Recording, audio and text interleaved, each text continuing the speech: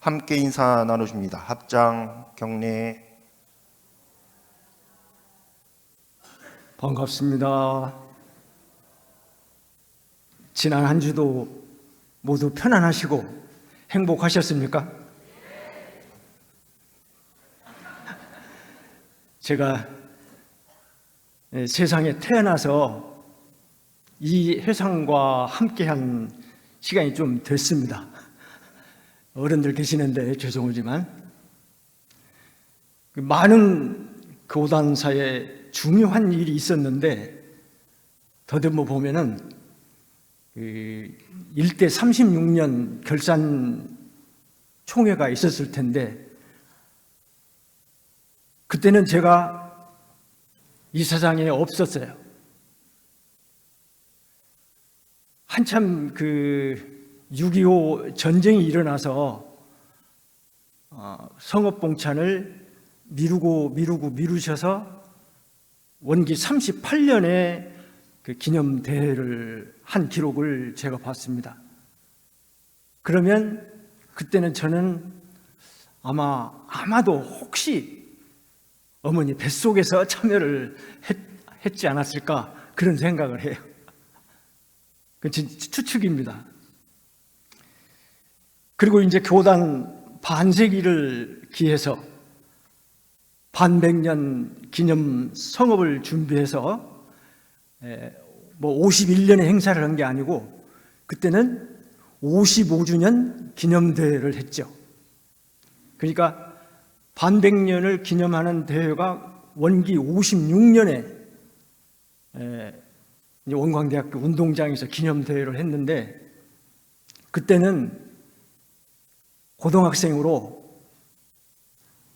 축하하는 마스게임에 참여를 했어요.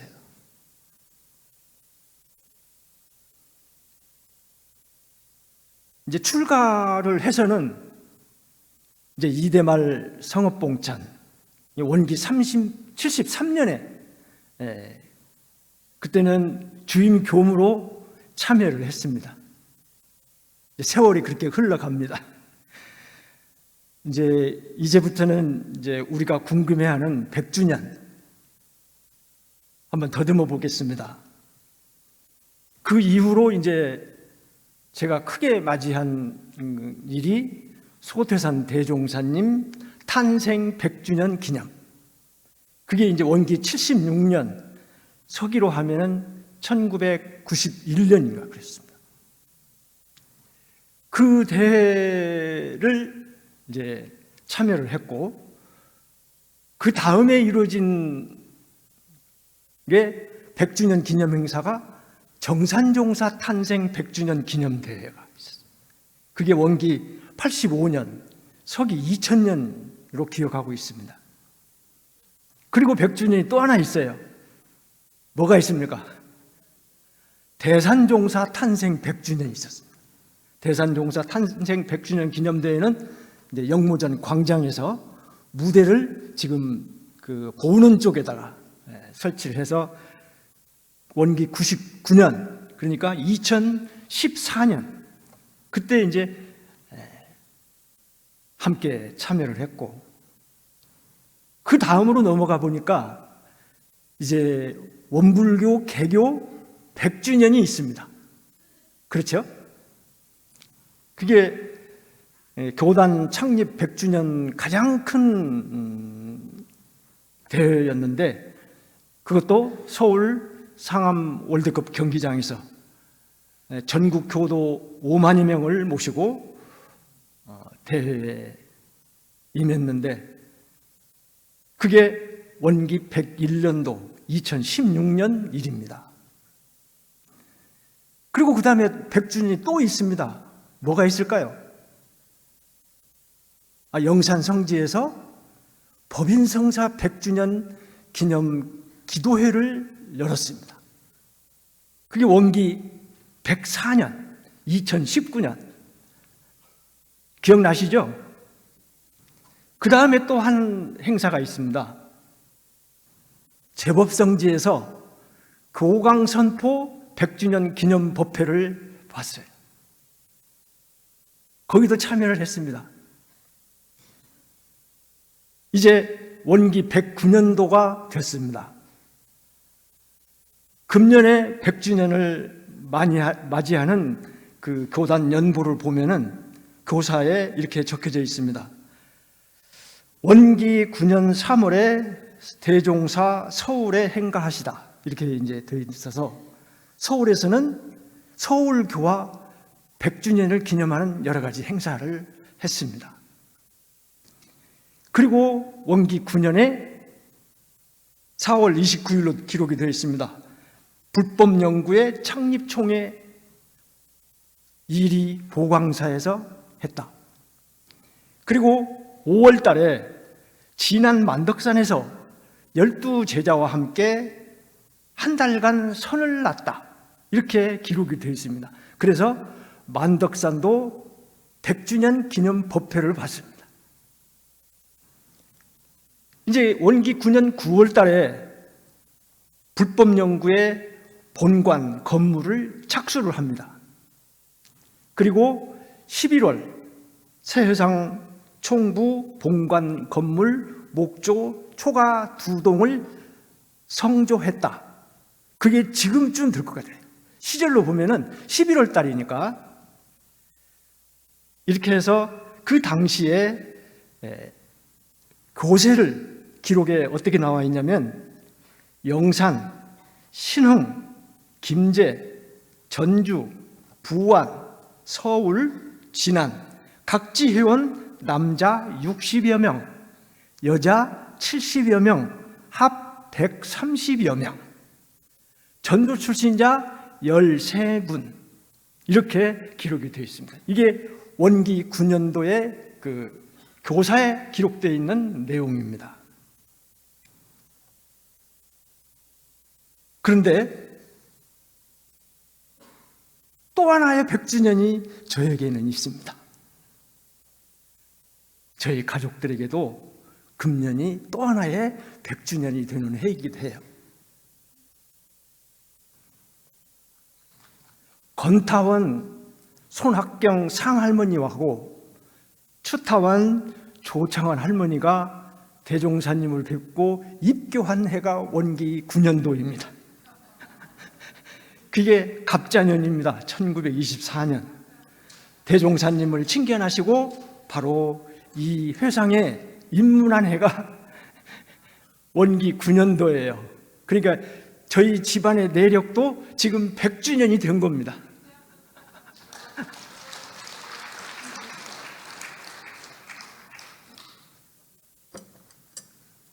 궁금 풀리셨죠? 추타원 조창원 할머니는 친정이 경남 함안군 칠서면 회문리여서 그 예전 어른들은 태코를 부르십니다. 회문댁 이렇게 부르십니다. 그러면 할머니가 왜 이렇게 대답을 하십니다. 아버지 고향은 경남 창녕군 유엄은 부곡리라는 곳인데 거기가 이제 가까운 데가 우포늪이 있습니다. 그 언저리에 계셨어요.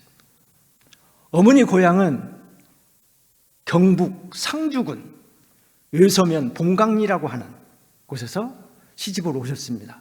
그러니까 경상남도 창녕 총각하고 경상북도 상주 처녀하고 결혼을 하신 거죠. 그래서 어머님 태꼬는 상주댁 하고 부르십니다. 그러면 어머니가 대답을 하고 나가십니다. 옛적에 거론한 부인들은 대체적으로 그 태코를 부르셨어요. 그래서 이제 추적을 하다가 건타원 상할머니는 뭐라고 했을까 하고 여러 사람이 물어보니까 잘 몰라요. 그래서 병원에 입원해 계시는 연타원 성보영 고모한테 혹시 할머니 태코 기억나세요? 물었더니 그러시면서 아 맞아 추타운 큰어머님이 묵골댁이라고 한 것 같아. 묵골댁. 그게 이제 상할머니도 창녕분이신데 그 태어난 그쪽 지역에 묵골이라는 곳이 있는가 봐요. 그래서 묵골댁이라고 했다고. 그래서 이제 제가 또 확인을 하려고 부산에 사는 고모한테 전화를 드렸더니, 맞아, 그 고모가, 추타원이 그분은 이제 고모래요. 고모가 그 당신 시어머니를 묵골대기라고 했던 것 같아, 이렇게 말씀하셨어요. 아, 상할머니는 그러면 태코가 묵골대기구나, 이렇게 알았습니다. 우리 집안들이 그 조상 대대로 살아오던 그런 경남 창녕 그쪽을 떠나서 이곳 총부로 오시기까지의 그 과정, 그 사연을 얘기하면은 아마 장편 대하소설을 써도 가능할 정도. 그 이야기를 다 할 수는 없고요. 이제 할머니가 대종사님을 뵙고 어떻게 해서 이 회상에 입문하게 됐는가, 그 과정을 잠깐만 소개를 해드리려고 합니다.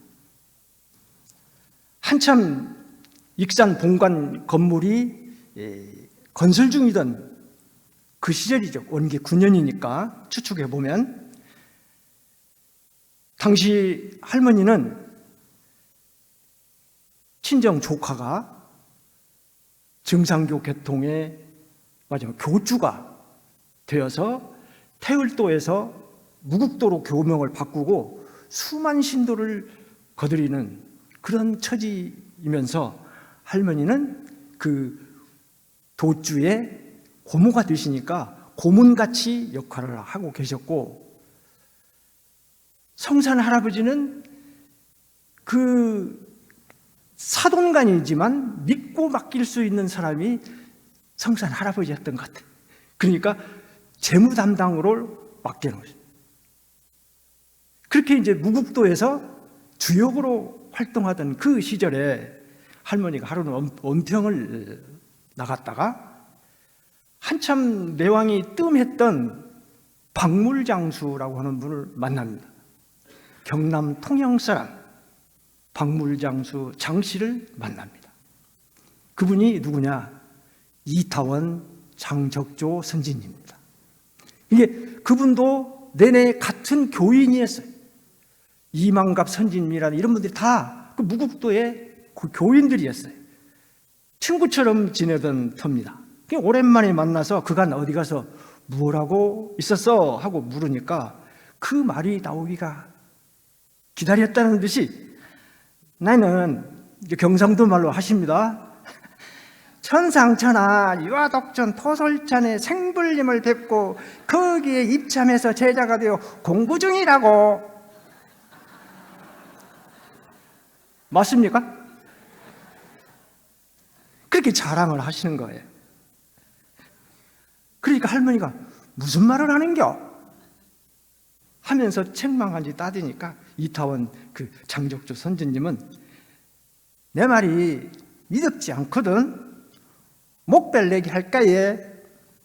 하면서 한참 실랑이를 하는 끝에, 아, 그러면 며칠 뒤에 나를 잡아서 그 생불림을 한번 뵈러 가자, 그렇게 약속을 하고 이제 김제에서, 이제 원평에서 김제에서 기차를 타고 익산에, 그때는 이리역이 솜리역 이리역이 내려서 생불님이 계시다는 그 송악동에 박원석 선생님 선지님이 계셨어요. 그 집에 갔는데 이미 안 계시고 전주의 해산 선지님 집으로 이동을 하고 계신 거예요. 그래서 또 다시 전주 가는 경편철도를 타고 전주에 도착해서 완산 칠봉 아래에 해산 선지님이 도착했을 때는 저녁 무렵쯤이 되었던 것 같아요.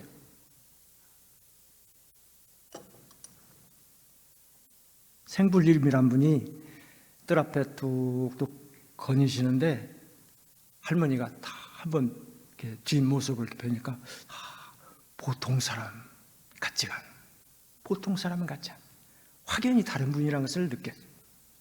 이제 안내를 받아서 첫 인사를 드리고 성안을 이렇게 들여다보니 세상에 이런 분도 계시는구나. 나이는 나보다 젊은 것 같은데 오히려 친정 아버지 같은 느낌을 받았다. 그렇게 할머니가 이야기를 해요. 그러니까 할머니는 십타원 대사모님보다 한 살이 많으시고, 십타원 대사모님은 소태산 대종사님과 한 살이 많으시고, 그래서 제가 절대로 잊어버리지 않습니다. 할머님보다 한 살 많고 한 살 많고, 그래서 세 분이 연년생으로 이렇게 기억을 했기 때문에 절대로 잊어버리지 않아요. 세상에 이런데 이런 분도 계시는구나. 그런데 저녁 식사 때가 돼서 진지상을 나오는 것을 보시고 한 번 또 놀라십니다. 새파란 김치 한 접시에 고추장, 마늘, 명태 이런 거 한 4접시 이렇게 해가지고 저녁 진지를 드시는 거예요. 세상에나, 우리 조카는 삼시세끼 칠첩반상에 심선로까지 올라오는데, 그런 모습을 뵀는데 어찌나 민망하든지 할머니는 이렇게 뒤로 돌아 앉아서 치마를 훔치면서 눈물을 흘리셨다 그러셨어요. 민망해서. 그러니까 이것을 보시고 대종사님께서 눈치를 채시고 할머니를 위로하십니다. 내가 잘 먹을 때가 있겠지. 식사가 끝난 뒤에 할머니는 그동안에 쌓여있던 인생사 이야기며 조카 이야기며 그런 얘기를 끝도 없이 하다가 보니까, 하소연을 하다 보니까 한 3일을 거기서 머물러 계셨대요. 이제 떠나올 때쯤 돼서 할머니가 대종사님께 간곡히 이제 부탁을 드립니다. 스님예, 지발 우리 조카 좀 제도해 주세요.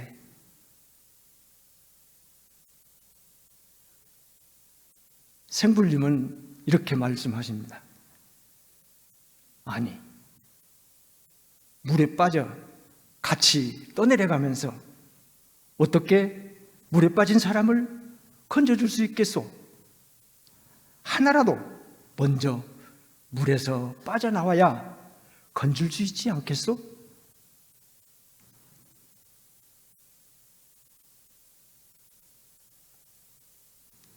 그러니까 이제 눈치빠른 할머니는 나 하나부터 신앙조를 바꿔야 자손이 창상하겠구나 하는 말씀인데 알아듣고는 그냥 제자로 거둬들어가고 부탁을 하십니다.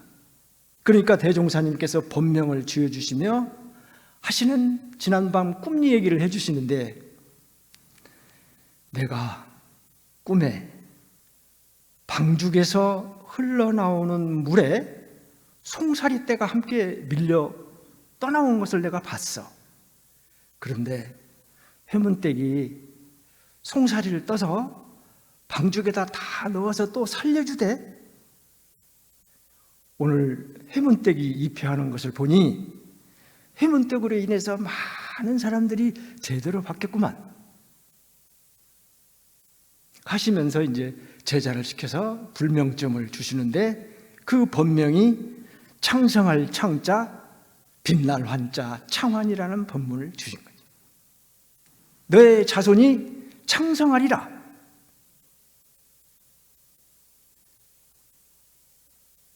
이렇게 시작된 할머니의 세상 원불교에서의 삶은 이 법 만난 기쁨으로 온전히 살으셨습니다. 93세에 열반을 하셨는데, 그때 이제 몸져 누우시기를 한 서너 달 누우시기 전까지도 앞에다 작은 경상 하나 펴놓으시고 대각전에나 교당에 대각전에 못 나오시니까 앞에서 계식, 입장, 이 법회 순서를 처음부터 끝까지 혼자 다 하시면서 법회를 혼자 보십니다. 교당에 못 오시면.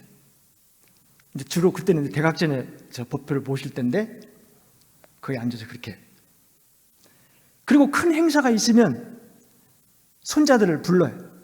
나 오늘 대각전 간다. 어떻게 가세요? 걷지도 못하시는.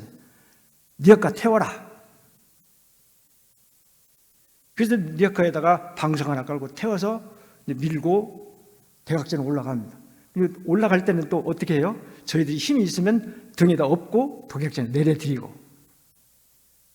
이렇게 온통 신심을 바치셨습니다. 그래서 열반 당시에 추타원 조창환 정사 영전에 대산 종법사님께서 내려주신 법문을 제가 hö부에다 올려놨습니다. 그 내용을 보면 그 할머니의 역사가 간략하게 확실하게 자리매김하고 있는 것입니다. 고 추타원 조창환 정사 영전에 주세성자의 정법회상이 열릴 때에는 수급의 인연 동지가 함께 모여 전후 좌우에서 미리 그 징조를 알리고 몰입꾼 역할을 하는 사람도 있고 말법에 헤매이다가 정법으로 회항하는 경우도 있는 것입니다.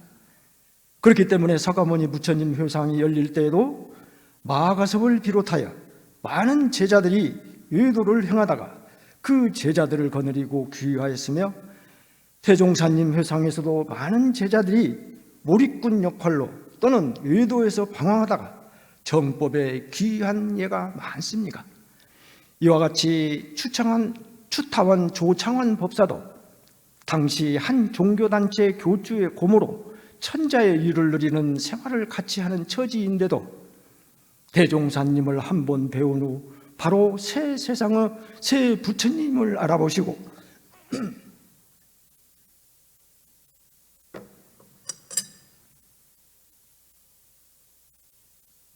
정법과 사법을 구분하여 아닌 부기를 헌신같이 버리셨습니다. 뿐만 아니라 그 인연들을 정법으로 구제받기 서운하시고 뜻있는 인연들을 이끌고 함께 기여하셨으니 이는 범연한 일이 아니고 선생의 수겁에 맺어온 약속이요 대원력의 실현이었습니다. 또한 적수공건으로 새로운 신앙과 인생을 출발할 때 숱한 난관 속에서도 스승과 법과 회상을 위한 그 신성과 수행 법렬과 공심은 57년을 변함없이 꿰뚫어 후진 만대의 모범이 되셨고, 성산법사를 비롯하여 주위 인연들이 제가출과 호법동지로 배출되고 손자녀들 중 6남매를 공도에 헌신케 하셨습니다. 추타원 법사 영가시여, 이는 오직 선생의 그 크신 원력과 신의의 공덕탑이라 무슨 여한이 있사오리까? 이렇게 법문을 하셨습니다. 이렇게 조상님들이 먼저 소태산 대종사님을 생불림으로 알아보시고 이 회상에 이 법으로 삶을 이어갈 수 있음을 생각하면 참으로 그 은혜가 한량이 없습니다. 할머니는 늘 기분이 좋을 때마다, 늘상 좋으셨지만 그냥 춤추고 싶을 때가 있으세요. 그냥 늘 춤추고 살으셨지만 노상 입에 달고 부르시는 노래가 있으십니다. 대도 초창 이 시대에 만난 것이 다행컨을 전심전력 분투 않고 다시 볼 일 무엇인가, 공부사업 병진하니 복해족의 근원이요 직이 안분하고 보니 극락세계 여기로다 하면서 이제 노래를 하시는 게 있어요. 대도 초창 이 시대에 만난 것이 다행컨을 전심전력 분투 않고 다시 볼 일 무엇인가, 이게 핵심. 그래서 이 노래를 나는 할머니가 지어서 불렀나? 그렇게 생각을 했는데 원전을 금년에서 찾았습니다. 원기 15년에 주산종사께서 신년도가라고 하는 가사를 써서 올리셨던 거예요. 그 가사의 일부 내용을 할머니가 늘 그걸 외우셨던 거예요. 그 가사를. 그래서 원전을 찾았습니다. 금년에. 이 가사의 원전이 주산종사께서 하셨구나. 이제 상할머니는 대종사님 뵙고 대종사님 모시고 의발 수발도 하시고 총부에서 식당 장할머니랑 식당 가문으로도 생활하시고 물론 이제 그렇게 하셨죠. 그리고 저희 집 가족들은 이제 다 개종해 오셔가지고 뭐 그쪽에서 엄청난 순환을 겪었지만 그래도 원평 교당으로 들어가셔서 세 분이 다 만약에 가족 동반 출가를 하신 거죠. 교당 살림을 다 맡아서. 할머니는 교당의 순교로, 아버지는 교당의 외과원으로, 어머니는 공양원으로 그렇게 하면서 팔산 선지님, 영산 선지님, 영산 박대환 선지님, 팔산 김광선 선지님 이런 분들을 모시고 교당에서 생활을 거의 출가를 하신 거예요. 초기에. 제가 출가가 그때는 거의 없으니까. 그러다가 이제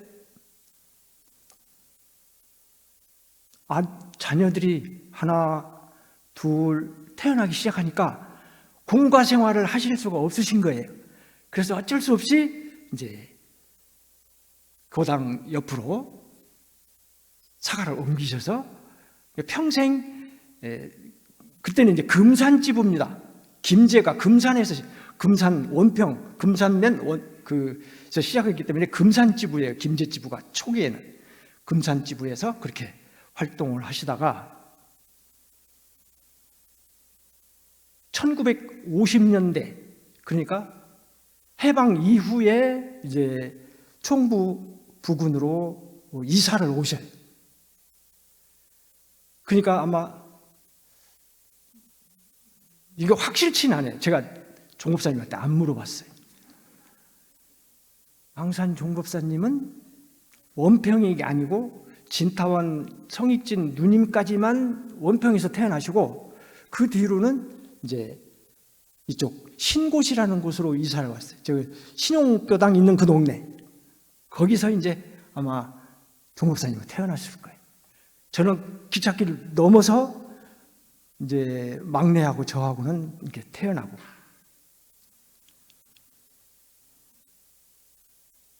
그렇게 이제 할머니 또 많은 스승님들의 훈중 속에 성장하면서 구남매가 잘 성장했는데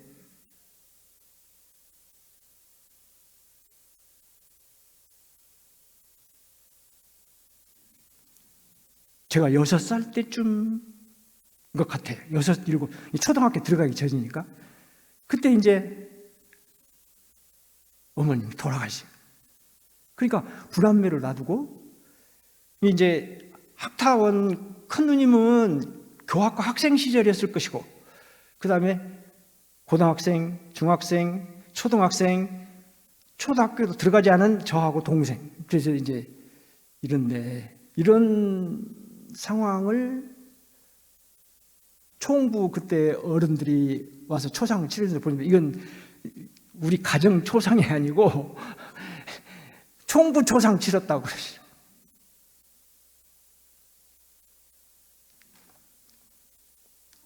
그래 수많은 고비가 있었지만 아마 이런 회상에서 같이 하는 그 울력으로 다 잘 지내지 않았는가 싶습니다.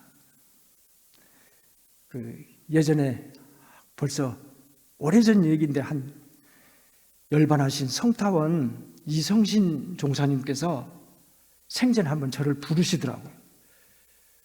그때 이제 제가 원음방송에서 아침 좌선 시간을 선명상 시간을 프로그램을 진행했던 시절이에요. 그래서 그때는 법어봉독을 이제 정전을 가지고 쭉 낭독을 했었는데 그걸 늘 아침마다 그때는 그 TV가 없을 때 시절이니까 원음방송이 개국해서 얼마 안 돼서 그 법문을 들으면서 저를 부르셔. 야야, 네가 아침에 그 선명상 프로그램에 대종사님 법문을 전하시는데 꼭 대종사님이 와서 하시는 것 같다 막 그러면서 기쁘셔가지고 그러면서 한 말씀 저한테 더 보태주시는 게 있어요. 야, 너가 추타원 할머니가 어느 날 일찍 조실을 찾아오셨대요. 그때는 정산종 법사님이죠. 그래서 정산종 법사님이 막 진지를 드시고 계셨는데 할머니가 막 쫓아오셨더니 법사님, 예,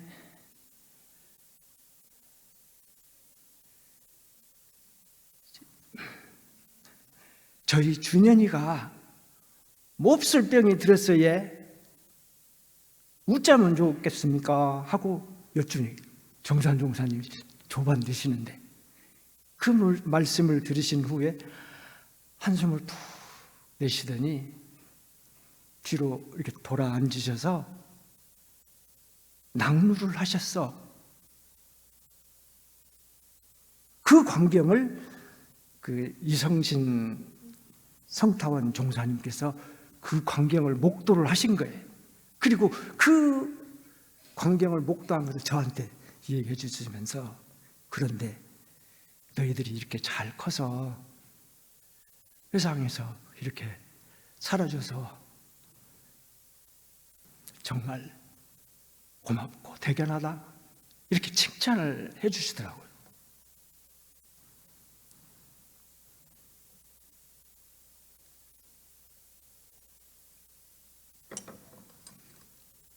돌이켜보면 이 법안에 살아온 덕분에 지금 이 자리에 있습니다. 어쩌면 저희 집안은 소태산 대종사님을 만나시고 온 가족의 인생의 방향로가 정해지시고 이 세상에서 지금 우리가 이렇게 100년을 이어오고 있고 또 앞으로도 쭉 이어가지 않을까 그렇게 싶습니다. 이런 걸 생각해 보면 대종사님의 은혜와 자비가 정말 한량이 없습니다. 할머니는 그저 손자들 잘 자라서 부처님 공부사업 잘하시길, 대종사님 은혜가 온 세상에 편만하기를 늘 기도하고 염원하셨면서 살다 가셨다고 생각이 들으십니다. 이루어 짐작해보면 100년 전 소태산 대종사님 제세 시에 여러모로 지금보다도 더 수백 배 수만 배 어려운 시기였을 겁니다. 그렇지만 더 많은 일들을 하시고 창조해내셨다고 생각이 드립니다. 우리도 이제 새로운 사대를 향해서 나아갈 때 원불교의 도약의 발판을 어디에다 둘 것인가? 파란고에 사는 중생들을 광대무량한 낙원으로 이끌어주는 그 정신은 맥맥히 우리의 사명과 의지로 이끌고 가야 하는 일인 것 같습니다. 대종경 부촉품 3장에서 이렇게 부촉해 주셨습니다.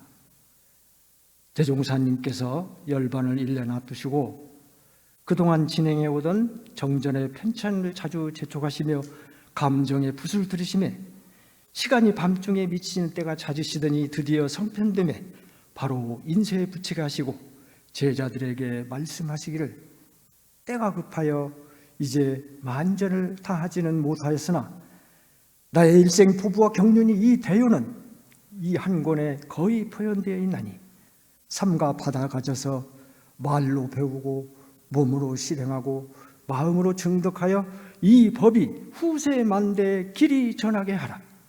앞으로 세계 사람들이 이 법을 알아보고 크게 감격하고 봉대할 사람이 수가 없으리라. 이 법문에서 제가 요즘 연마하는 한 꼭지가 있습니다. 때가 급하여 만전을 다하지 못했어.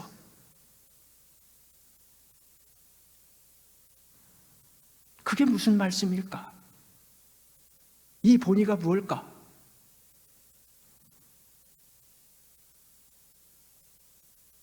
우리 각자가 그 만전을 기하지 못한 부분을 하나씩 찾아서 해결해 드려야 하는 소명이 우리에게 있지 않을까?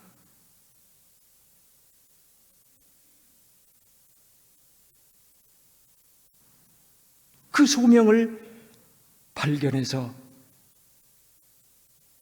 그걸 우리가 함께 이루어가면 완전 무결한 큰 회상이 반드시 이루어가리라. 그런 생각을 하면서 제 설교 이 시간을 마치겠습니다. 감사합니다.